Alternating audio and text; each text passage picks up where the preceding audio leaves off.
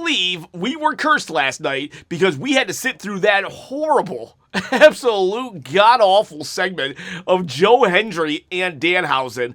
Like, wow. Wow. Now, I actually am a huge Danhausen fan, but yesterday was not good. And I'm starting to get a little worried that WWE is getting their paws a little too much into the Danhausen cookie jar, because that segment last night, it was bad, all right? It was bad. Let's just call a spade a spade. That's a spade. Hey, you're a spade. And that was bad last night. On top of what they've been doing with The Miz and Kit Wilson on SmackDown, that's been pretty horrible too. I remember when The Miz was eaten by zombies and it was universally panned as atrocious. And now The Miz is a zombie on SmackDown because of Danhausen. On top of it, remember when Kit Wilson was like the hottest thing on SmackDown for like 2 weeks, and then he got into a program with Danhausen? It's like, uh-oh. It was so bad last night, I'm surprised CM Punk hasn't jumped on Twitter to blame us fans somehow for being, I don't know, pretentious or something. But yeah, let's see what some hot takes have to say about it. We got Eric Shook says the Danhausen Hendry segment was awful. I felt embarrassed watching it. Oh man, yeah. It's weird. There's a fine line, right? You go back to the Backlash Danhausen match, and that was somehow good, right? It had minis, it had just craziness. There was a freaking clone machine, and yet that was amazing. It was awesome. It was the exact amount of cheese and goofiness that wrestling should strive to be. But last night, there's some dancers, a conga line, and a song, and it's like, what the crap am I watching? I was embarrassed. I was embarrassed watching it, and I definitely would not recommend it to anybody. But everybody needs to be aware that even though I did not like that segment last night and the stuff on SmackDown, doesn't mean I want to fire Danhausen or anything. I think we just need to pull it back some and not believe that he can do no wrong. No, we do still need to put some time and effort into a Danhausen segment. Just Danhausen being there doesn't guarantee comedy gold. And then we got Just Nandu says, happy for Danhausen's success, but his comedy is really reaching levels to where it feels like the character was suited for 2010 WWE. Somebody call my mama. Let's get the Funkasaurus, right? The Funkasaurus and Danhausen together, aka when it was really PG and really bad. Solo's comedy is an example that works and is the reason he's carrying the show right now. Yeah, it's weird. You got Solo Sikoa going pew pew pew pew, and we love it. But Danhausen, it's like, what happened? Is it because it was overproduced? I think I heard somewhere, I think it was Wrestle Talk said, or was it Cultaholic? Someone was like, when Danhausen is overproduced, that's when the joke fails. It's like you got to kind of let Danhausen where, the lights go out and you still see him running. But when you overproduce it, when you WWE it, then it kind of becomes like, what is that? I think WWE, honestly, they need to let Danhausen just write his own segments and not get involved, because the guy's been doing this for a minute now. I think he gets his character pretty well, and I think the creative team probably wanted to get in on the Danhausen rub and say, yeah, you know what? I wrote that segment for Raw, and the problem is the creative team doesn't know how to write Danhausen. Danhausen knows how to write Danhausen, but what can Danhausen do? They pay his bills, they write his checks, so he has to be like, oh yeah, great idea, let's totally do this song. All right, so let's just move on from the Danhausen segment from last night, and hopefully we forget that it ever happened to begin with. Matt Taylor Films. Now, to be fair, this was not a hot take, it was on yesterday's video, actually, my one take, one shot, but I thought I'd read it anyways for you boys and gals.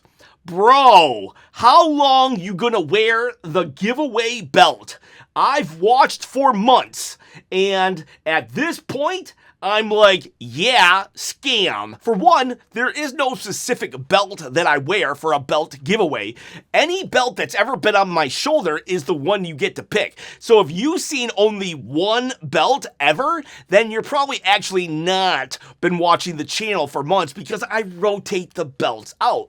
Plus, I say that I give away a belt every 10,000 subscribers. I'm not giving away a belt every video. These are replicas. They cost like $600. I say every 10,000 subscribers. I'm at 20,000 subscribers, so do the math. That means I would have given away 2 belts at 10,000 and 20,000. The next belt giveaway is at 30,000. However, that's false even because I've actually given away 3 belts. The first belt I ever gave away was in celebration of Jey Uso winning the Royal Rumble because I made a stupid bet that I was like, oh man, Jey Uso's not going to win the Rumble. If that dude ever wins the Rumble, then I'll give away a belt. And then he ended up winning the Rumble. So I've actually given away 3 belts, even though the promise is to give away a belt every 10,000 subscribers. So that tells me you haven't been watching because actually a couple months ago, I did give away a belt. And if you go to the live profile, like the live tab on the main page of the YouTube profile, you will see that every belt giveaway are still posted on this channel. So you just have to do a little bit of clicking here and there to actually know. But no, you were rude. You just came at me and accused me of basically of lying, of cheating and stealing, and not in a good way like Eddie Guerrero. No, and that's not cool. That's not cool because this belt giveaway, like, it's kind of my way of honoring you guys and you gals. It's kind of my way of appreciating you for appreciating my channel and watching it. This is supposed to be something fun and a reward. A reward for me because you give me engagement, and a reward for you for, well, giving me engagement. And let me tell you something. If you are literally here only for the belt, then just don't be here. just don't be here. This channel is for people who enjoy the content, and these belts are for people who engage in the content in which they enjoy. But if you're just gonna be like all bitter, hate watching the channel because you're like, I'm not winning a belt or I'm not giving away a belt soon enough, well, that's kind of on you. I wish I could give away a belt sooner. Like, literally, if I made 30,000 subscribers tomorrow, then guess what? I would do a belt giveaway this weekend. And then if I made 40,000 subscribers the next weekend, I would give away another belt.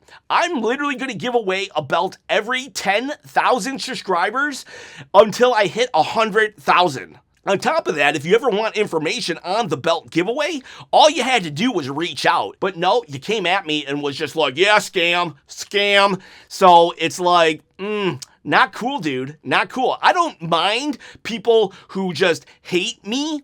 Like, I literally have one dude that goes to my Instagram, tells me I should die. He literally has said I should die. And I've never brought that up before because I just don't care. I really don't. But when you say that I'm a liar, that I am a liar, I do care about that. That irks me. So please, like, feel free to never watch the channel again. And that's not me saying doing the Triple H thing and saying, oh, well, if you don't like the product, then don't watch it. No, if you don't like the product, then give me fair criticism. However, if you're going to just come at me, call me a liar, question my character, honestly, I don't really care for you to be on this channel. Now, I'm not going to ban you, but I am going to make you not eligible to win this title on my shoulder. But everybody else who is watching, you can win it. At 10,000 subscribers, I'm going to give it away on my quest to quit my day job. All you got to do is comment below, subscribe to the channel, and it can be yours. Free shipping anywhere in the world. People, it's not a toy. It's a replica, and it can be yours. Well, except that guy who, accused me of being a scam artist. Tracy Wood says, I think the Oba Brock segment was stupid. I didn't mind it. I actually kind of like that they did something different. However, I do feel they could have just went the extra mile and it could have been amazing because it just kind of ended with them like staring at each other. Could you imagine if everything happened how it was, but instead of going and beating up cops, Obafemi got so mad that he actually busted down the door. Think about like Kane breaking the Hell in the Cell door many years ago. We have Obafemi doing that. And Brock Lesnar's like, oh my God. And then they go at it. Oba breaking the Hell in the Cell door, that would have been must see. All right, we got some more hot takes. We got Fairy Tale for Life. I love that LA Knight, did the Usos' old dance, and it was super funny. Yeah, I don't think a lot of people caught that, but he's out there and he's like, LA Knight just making, like, doing a dance, and it was literally the dance that the Usos did when they first came to the main roster. I actually thought it was cool when they did it, but for LA Knight to do that yesterday, it was hilarious. TTJC says, I'm so happy Raquel won. She deserves it. I agree. I absolutely agree. She has been the most improved wrestler that I've seen in a very long time. Like, the total package. At one point, I questioned her role on the main roster, and it was months of her just botching moves, just awkward on the mic, bad timing, everything. And then one day it just clicked for her. It just clicked for her. And I'm super happy. I'm super happy that she put in the hard work, didn't crash out on the fans. And well, look at her now, Intercontinental Champion. I hope this is the first of many main roster championships. And honestly, I hope she gets into the main event sooner rather than later. Kid Wilk says, Obafemi should be in jail. Yes, he should. If we're to go by the rules of the universe in which WWE is laid out, then police officers have the same authority in the WWE universe that they have in the real world. Therefore, if you lay your hands on a cop, well, you should be arrested. Last week, 2 weeks ago, they went out of their way to tell us that Paul Heyman had fake police officers there. That's why Obafemi wasn't arrested. But nobody said anything this week, plus Triple H was out there. So you would think that those were real police officers, and yet Obafemi's beating them up. All you needed to do was just have the word security on their chest. Don't make them out to be police officers. Lamel Mazzaroni Uno. Sorry, I butchered that name. But without Enzo, no one will care about Big Cass. Well, honestly, if we're talking like 6 years ago, you're probably right, because when Big Cass did go on its own in WWE, no one did care. Enzo Amore was definitely, he was the spectacle of the act. However, I will say, since being let go and rediscovering himself and getting out from rock bottom, Big Cass has come a long way. I think Enzo is going to come with him on the 3rd of August, but that said, even if he doesn't, I do have hopes. I do have some high hopes. Big Cass has done a lot to reinvent himself, so maybe. But I'm hoping Enzo's there because, I get it. Cass is 7 feet tall, and you can't teach that, but Enzo Amore, because WWE TV could definitely use Enzo's gift of gab. Errol Noir says, we even have the Cell with a video package, so the Hell in the Cell actually cut a promo last night. There's a video package, and the Cell was talking in first person. I actually liked it, but it seems like everybody on the internet has been making fun of it. But I had no problems with it whatsoever. I want to start hearing from. I want to hear from the pole in the Danhausen Money on a Pole match next. Have everything. I want the chairs to start cutting promos. Let's do it. No, but for real, I just thought it was a different means of storytelling. But it seems like everybody else had some issue with it. But I didn't. I didn't think anything of it, really. Pervious Young says, the show sucks. Fire Triple H immediately after this show. We need Vince McMahon. Well, Vince McMahon, his lawsuit has been thrown out of federal court. So, that does pave a way for him to come back. I don't think he will, though. Roman Reigns Acknowledge Me says, Solo Dolo is the best character right now in WWE, next to Sami Zayn. Yeah, Sami Zayn and Solo, those guys are carrying the shows. Solo is just so funny. Pew, pew, pew, pew. Amazing stuff. Also, by the way, even though I'm a giant scam artist, Roman Reigns acknowledged me. This guy right here, he was the last winner of the belt. You ever notice why I no longer have the undisputed belt as part of the giveaway? It's because I gave it away. Mr. Pete says the Danhausen Hendry segment is up there with Bayley, This Is Your Life, as one of the worst WWE segments of all time. You know what I think is, like, to me, the worst? Bobby Lashley and his sisters. That is one of the only times heel Sami Zayn totally failed. Bobby Lashley and his sisters, I think, might be my worst segment of all time. The Pharaoh Meow says, Paul Heyman's got to be the most overrated manager ever, except Brock Lesnar and CM Punk. He buried everyone. He cannot get wrestlers over unless they're special. CM Punk and Brock never needed a manager. They would have been successful on their own. Well, I disagree with you on being the most overrated. In fact, I think he's number one, to tell you the truth, even above Bobby the Brain Heenan. However, I do hear your critiques, and you kind of like make a point even. Just because I don't agree with you doesn't mean you're not making a point. CM Punk never needed Paul Heyman. You could argue Brock Lesnar needed Paul Heyman in the beginning of his career, but definitely not after 2010. He does help, he does add to it, but does he need it? Did Roman Reigns, the tribal chief, need Paul Heyman? No, I don't think so, but Paul Heyman did add a lot to the act. So, I mean, you boys, you gals, you tell me. Is Paul Heyman overrated? I mean, he did have the vision. He did have Braun Breaker, and look where Braun Breaker is now. So, like, can Paul Heyman only excel when he's next to somebody who is like destined to excel regardless? Dashie Negan says the worst go-home show for SummerSlam. I don't think it was the worst. I've seen shows that literally had almost nothing to do with the actual event, but you're right. It was like, I gave it an 8 out of 10 yesterday, but sometimes my gut reaction is like wrong. It was probably more of a 6 out of 10. Yeah, you know, it's just they don't do go-home shows like they used to. They really don't. Carmichael, WWE has forgotten how to build great feuds. They rely on marquee matches too much, and Roman vs. Seth has become a snooze fest. Okay, I'm sorry. I'm going to have to end the hot takes because my camera keeps overheating. I'm getting like 2 minutes before it just dies on me, and this is taking forever, and I got work to do.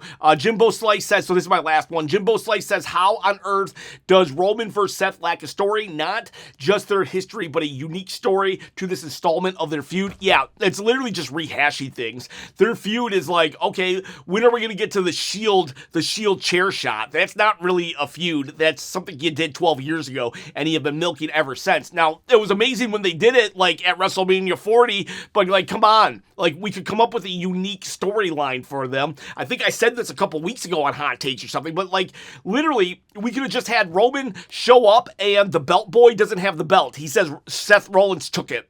And so Roman goes to the ring and he's like, Seth, come out here. And Seth has the belt, you know, and Roman has the Ula Fala, and he's like, give me my belt back. And because that's the only way you're going to ever get that belt, by stealing it from me. Seth throws the belt to him. Roman goes to catch it, and Seth attacks him at that moment. Curb stomp, grabs the Ula Fala, and breaks it. Boom. You got heat right there. That's a story. That's an actual story. And it's very simple to tell. But no, we just, hey, you know, remember when we were in the Shield together? That's everything. That's their entire feud. Hey, remember when? Hey, remember when? That's not a feud. That's, you ever see those old sitcoms when with that one episode in the sitcom where they just did flashbacks the entire episode, and that was the worst episode of the season? Well, that's what this feud is this time. It's just flashbacks. It's just a flashback episode. Anyways, boys, gals, gotta go before my camera overheats. See ya, bye.